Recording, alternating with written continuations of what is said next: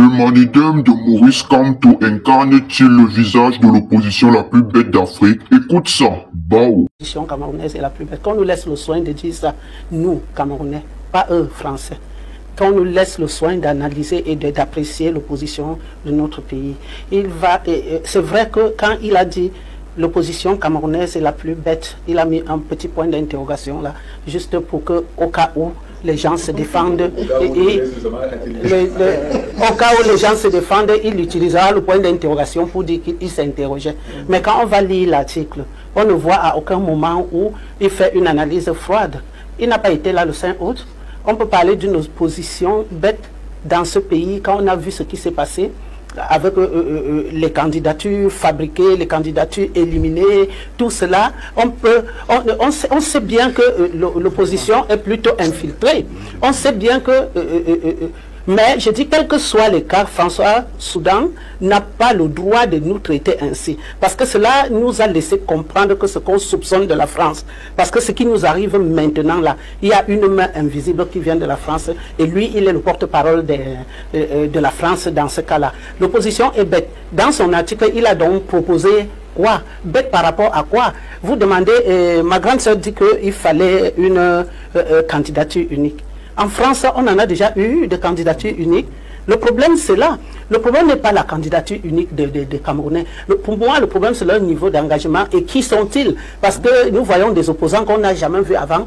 Et les opposants fabriqués de toutes pièces, les opposants qui sont en même temps prêts à aller danger.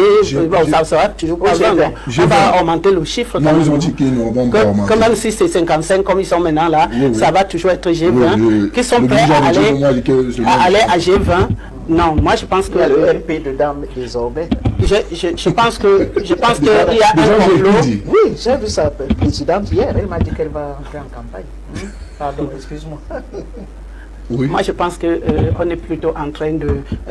François Soudan est en train de jouer le jeu du parti au pouvoir, moyennant quelque chose. Ça, je suis convaincu qu'il a eu son pactole pour nous faire des titrages pareils, pour nous préparer un peu à ce qui va arriver. Et quel que soit ce qui va arriver, on va dire que même Jeune Afrique. Il y a depuis longtemps que Jeune Afrique est devenu pour moi un journal à gage. Je ne sais plus trop s'il faut faire confiance à un tel journal. Parce que venir traiter une opposition d'un pays de la plus bête du monde sans nous dire ce qu'ils ont fait comme bêtises. Pardon? La plus bête d'Afrique. Tu te rends compte. Ok. Et vous croyez que la différence est quoi? Comme ils sont déjà les surhommes et nous les sous-hommes là, si on est la plus bête d'Afrique, ça veut dire qu'on est la plus bête du monde. Ils n'envisagent même pas, c'est François Soudan. Moi j'ai souvent aimé Boisbouvier dans ses analyses. Ce François Soudan là m'a jamais inspiré du tout. Ah, ça frise le gombo. Le gars, il y a le gombo, ça frise le gombo. Le gars a eu sa part, comme les gens se débrouillent à avoir leur part au Cameroun. Peut-être que c'est les apparts là qui font qu'on traite l'opposition la plus bête du monde. Mais si la raison c'est qu'ils n'ont pas fait un candidat unique, je dis que libre à eux. Moi je n'ai jamais vu un pays où d'entrée de jeu on exige une candidature unique. Il est français. Est-ce qu'il y a déjà eu une candidature unique de l'opposition en France? Pas du tout. Voilà. La plus bête du monde, nous on a réclamé les élections à 2 tours. On a réclamé qu'on refasse le code électoral. Les Français Soudan ne voyaient pas ça. Nous sommes la plus bête du monde alors que on refuse, on a un mur de Berlin devant nous, on refuse de revoir le code. Eux, ils font les alliances parce qu'ils ont des élections à 2 tours. Nous, on a des élections à 1 tour. Et ils veulent qu'on fasse des alliances par rapport à quoi? Non, monsieur, ne me dites pas non.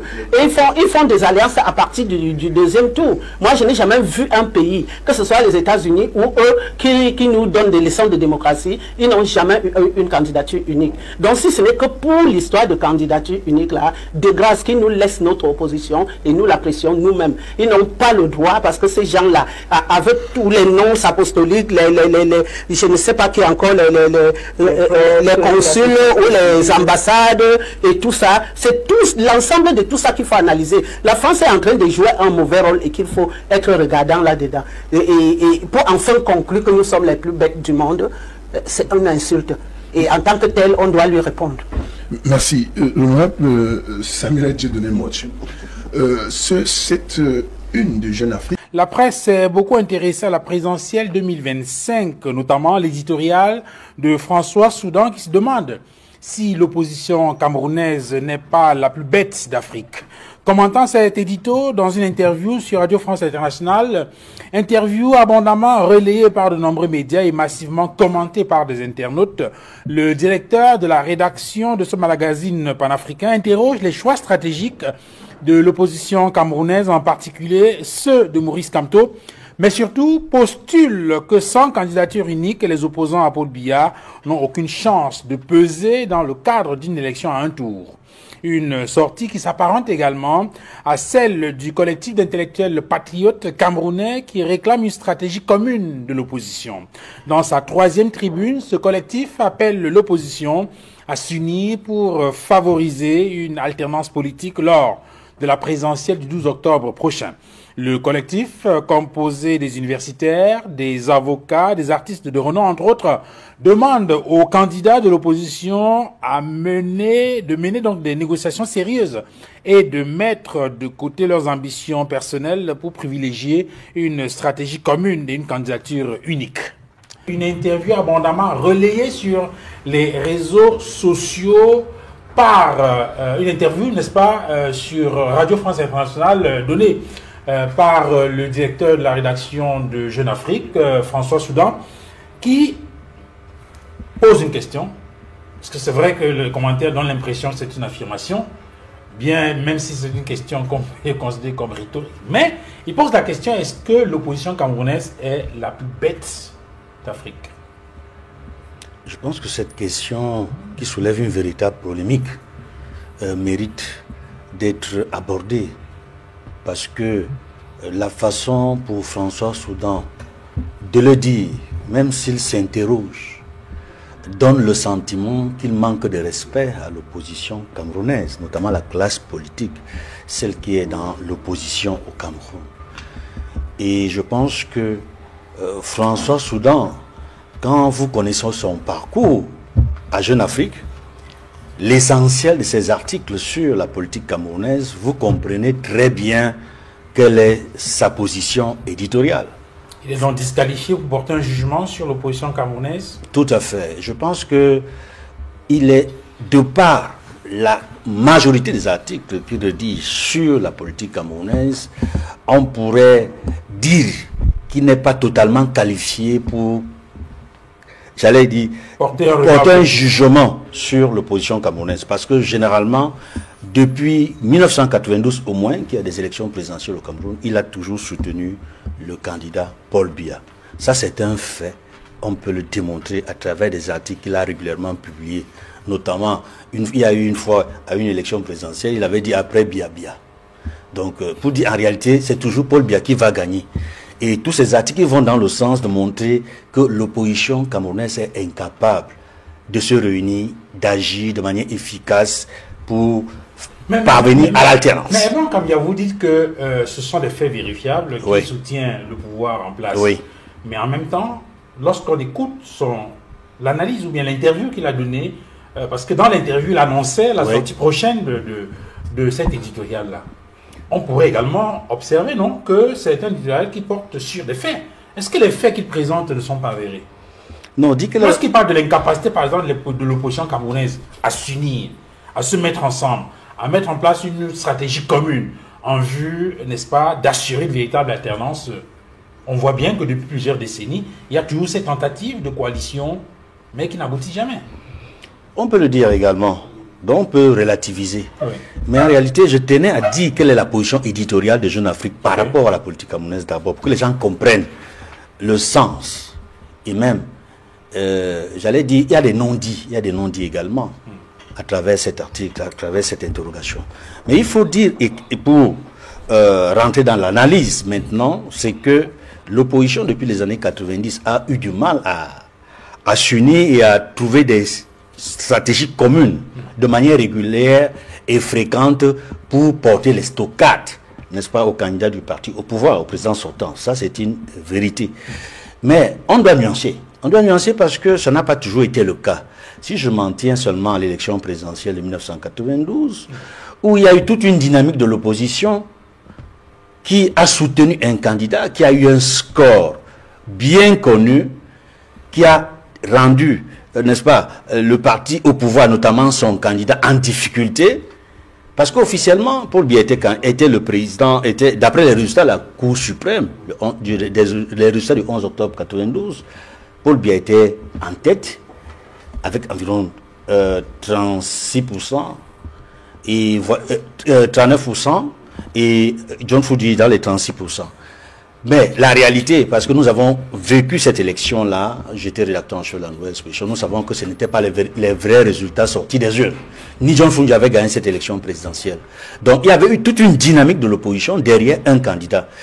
Et ça me permet de dire précisément que cette dynamique-là a été constituée de certains partis politiques de l'opposition. Cette dynamique a été constituée des personnalités de la société civile, ainsi que des associations représentatives de la société civile.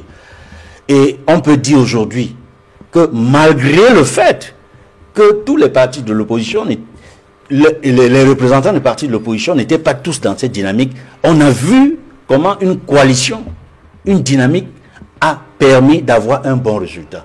Ce qui est arrivé, le fait qu'on ait éliminé Maurice Kamto aurait dû susciter une levée de bouclier et dire écoutez, il a rempli les conditions, il n'y a aucune raison que, etc., etc. Rien. Mais ça arrive aujourd'hui à Maurice Kamto comme ça. Enfin, je veux dire, je peux égrener là, étant de l'UPC et y étant depuis fort longtemps, je peux égrener là pendant un bon moment toutes les, comment dirais-je, tout le manque de solidarité. En ce qui nous concerne, par exemple, on a vu même des opposants, enfin, ou du moins se réjouir, absolument, se réjouir littéralement de ce qui se passait pour un de leurs confrères, ou je ne sais pas comment appeler ça, un autre opposant qui n'est pas de leur parti, mais c'est effarant. Alors que ce qui est arrivé à l'UPC, par exemple, le fait que le pouvoir ait créé des UPC gouvernementales, ça s'est finalement produit. C'est pour ça que je ne suis pas tout à fait d'accord avec ce qui a été dit tout à l'heure. Ça s'est finalement produit avec les autres organisations. Ils ont essayé de s'immiscer dans les problèmes du SDF, ils ont essayé de s'immiscer dans les problèmes du CPP, ils ont essayé de s'immiscer au niveau du Manidem. C'est-à-dire que ceux qui se sont réjouis de la création d'UPC gouvernemental ont finalement subi le même sort quelque temps après. C'est-à-dire que c'est un mode de fonctionnement qui n'est pas appliqué à une seule formation politique. C'est un mode de fonctionnement qu'ils expérimentent sur une formation, mais qui après se généralise à l'ensemble des autres formations politiques dès l'instant où elle devient dérangeante. Donc évidemment qu'il faut se solidariser, par principe d'abord, parce que face à une injustice, il faut pouvoir, en tout cas, c'est malheureux que nous n'ayons pas réussi à créer une société, une opinion publique qui se manifeste. C'est pour ça que, au-delà du fait que nous ne sommes pas d'accord avec la stratégie électoraliste aujourd'hui, moi, je salue la démarche du collectif. Parce que c'est une expression de la société civile qui, je l'espère, se reproduira, sera dupliquée sur d'autres questions, etc. Il faut que cette société civile, il faut que nos intellectuels, il faut que nos journalistes, il faut que les différents corps existants dans notre pays se manifestent et prennent toute leur part dans la vie publique, dans la vie politique. Non pas en tant que politicien, mais en tant que, j'ai mon mot à dire en tant que citoyen. C'est ça, parce qu'aujourd'hui, on balaye effectivement l'expression des citoyens. Et je voulais finir en disant que, en ce qui nous concerne, par exemple, l'UPC Manidem, la Cour suprême, imaginez que nous sommes le plus vieux parti du Cameroun. Et au jour d'aujourd'hui, le pouvoir, l'État refuse de reconnaître la légalité de l'UPC, qui est bien antérieure à l'UPC des Kodok ou l'UPC des Dikakwa qui ont été reconnus dans les années 90. On existait avant eux, bien évidemment. Hein. Et lorsque l'interdiction a été élevée en 62, l'interdiction qui avait été posée par les colonialistes en 55, normalement, on revenait effectivement, on pouvait à nouveau se manifester en tant qu'UPC, etc. Mais déjà à l'époque, avec Maïm Matip, ce que les Biya ont fait, Ahidjo l'avait tenté avec Maïm Matip en légalisant une UPC qui était une UPC de collaboration, puisqu'on sait aussi que Maïm Matip est largement impliqué dans l'assassinat de Oumyobé, enfin, en tout cas, on le suspecte très fortement. Donc, ça pour dire que jusqu'à aujourd'hui, malgré 2 décisions de la Cour suprême, une décision de la Commission des droits de l'homme la Commission africaine des droits de l'homme et des peuples, nous ne sommes le seul parti à ne pas dont la légalité n'est pas reconnue à ce jour. Et nous avons interpellé toutes les forces politiques existantes sur l'échiquier. Évidemment, personne ne s'est solidarisé de ce qui nous arrive. Donc voilà, c'est pour vous dire que cette question de solidarité-là, elle est au cœur aussi de notre vie sociale politique. C'est-à-dire que on se réjouit du malheur d'autrui au lieu de se solidariser et de participer à la dénonciation de ce que fait le pouvoir à l'égard de telle ou telle formation politique. C'est un peu difficile de recadrer un certain nombre de choses quand il y a autant d'émotions, autant de passions autour des déclarations des uns et des autres.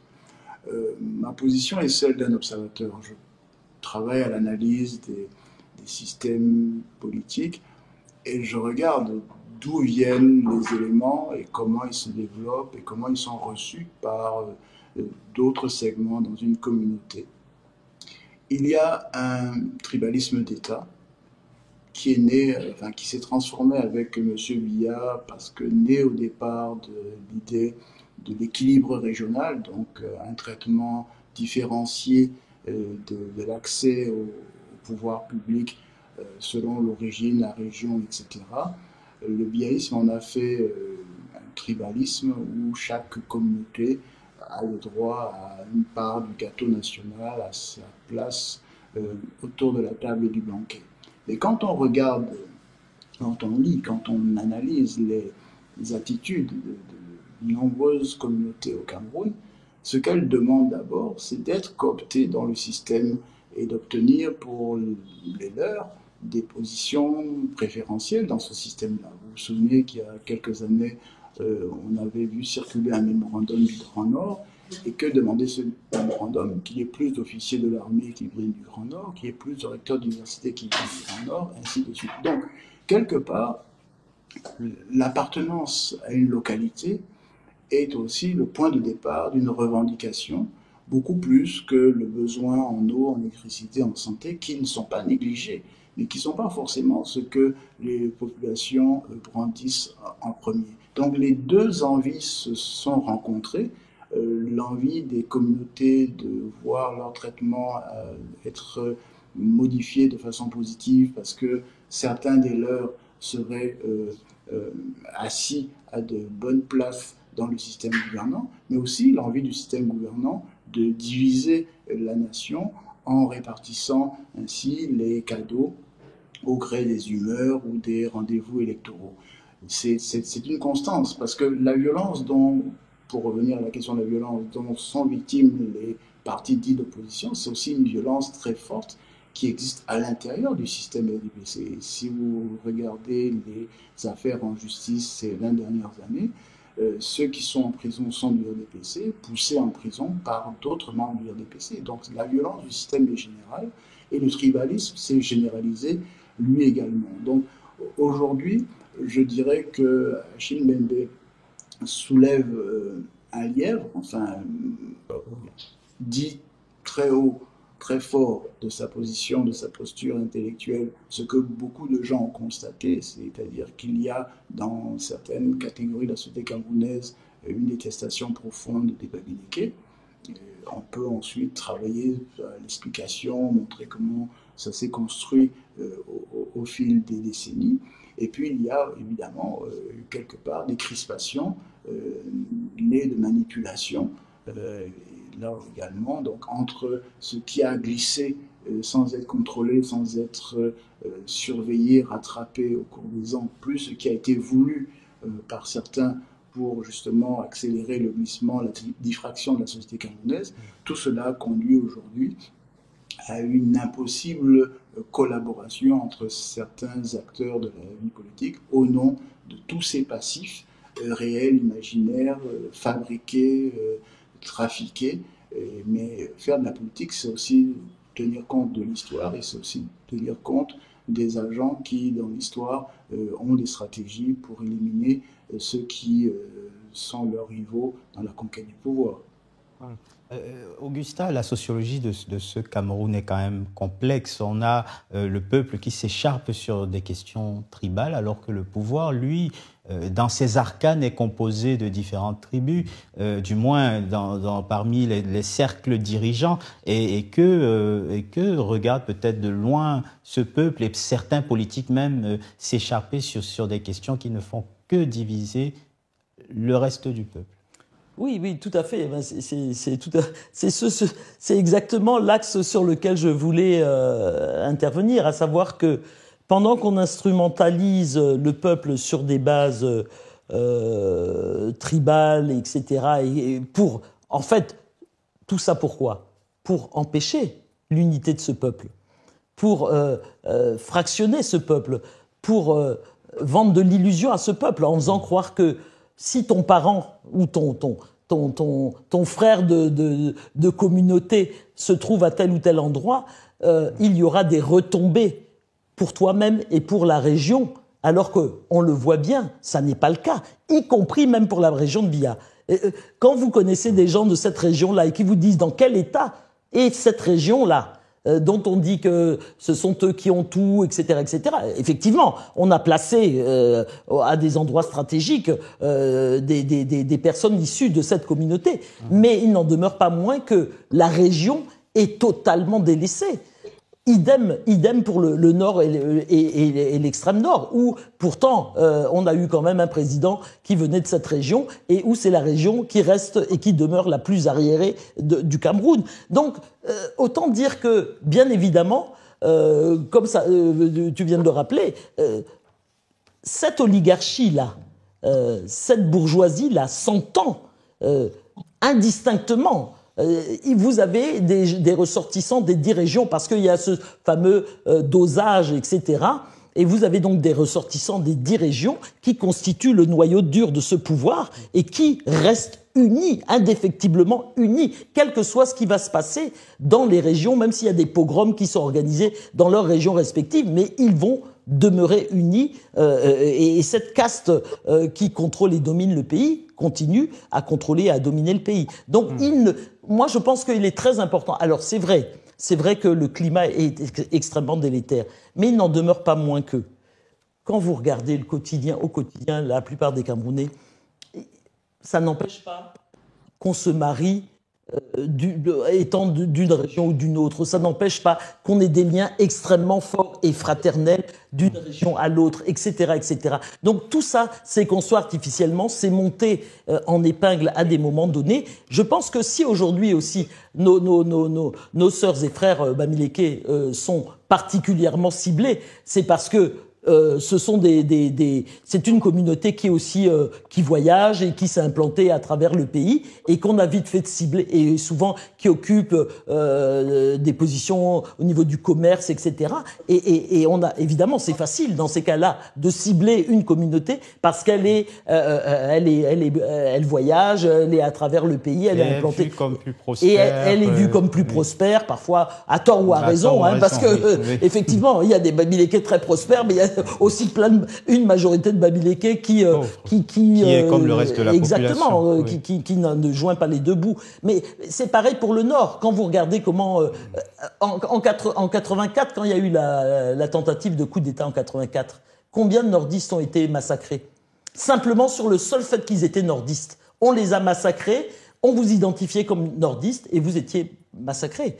On a massacré je ne sais combien de milliers de nordistes au seul motif qu'ils étaient nordistes, sans avoir vérifié qu'ils avaient à voir de près ou de loin avec cette tentative de putsch. Donc c'est pour dire que, évidemment, le travail politique aussi, le travail politique de ces prétendus partis d'opposition, c'est ça aussi, c'est de faire un travail de fond en direction des populations pour ne pas qu'elles se laissent embarquer, entraîner. Et c'est ça le nom, Union des populations du Cameroun. C'est de ça qu'il provient. C'est cette volonté d'union de toutes les populations du Cameroun. Alors, mes chocolats diamantaires et dorés d'amour de la chaîne Rap Chocolat Fleur TV, vous avez donc suivi certains analystes qui sont donc venus éclaircir les choses à propos du manidem de Maurice Kamto qui incarne le visage de l'opposition la plus bête d'Afrique. En tout cas, vous connaissez déjà, ici c'est la référence et nous sommes déjà en creux de fait du sale un peu partout.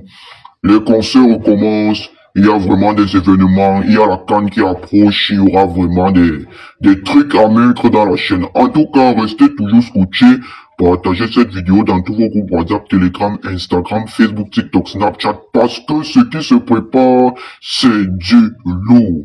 Alors, ne tardez plus, soyez prêts, serrez les cuits. Et je tiens à vous rappeler que Rap Chocolat Fleur TV est partout, dans toute l'Afrique centrale, dans toute l'Afrique de l'Ouest et dans tous les pays de l'Hexagone. Alors pour tous ceux-là qui tardent encore, qui se doutent encore de mon influence, sachez que dans bientôt, nous allons atteindre le palier des 300 000 abonnés. Donc, soyez prêts, soyez vraiment prêts et suivez les nuages. On se dit à la prochaine, c'est la bista baby. Bisous là-bas les gars. Bye.